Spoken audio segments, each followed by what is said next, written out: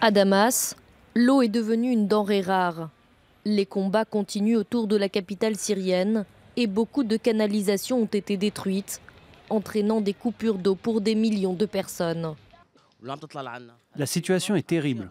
Nous manquons d'eau depuis plus de 20 jours. Les familles des étages inférieurs ont l'eau du robinet, mais celles qui vivent sur les étages supérieurs n'ont rien. Vous voyez, nous utilisons des bouilloires et des seaux pour aller chercher de l'eau. Cette pénurie nous a apporté un nouveau stress, c'est trop dur pour nous. Les plus importantes sources d'approvisionnement en eau de Damas se trouvent à Wadi Barada, un secteur rebelle situé à 15 km au nord-ouest de la ville. Depuis la mi-décembre, cette région est assiégée par les forces du régime.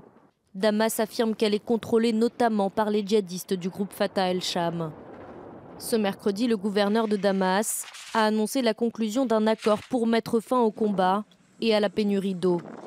Aujourd'hui, avec le gouverneur de la banlieue de Damas, nous avons rencontré les dirigeants des factions rebelles et nous sommes parvenus à un accord. Cet accord comprend le contrôle de la source d'Ain al-Fijeh et le réapprovisionnement en eau de Damas. En contrepartie, cet accord prévoirait l'évacuation de 600 civils et d'une partie des combattants, comme on peut le voir sur ces images. L'opposition, elle, dément l'information, évoquant une annonce inexacte.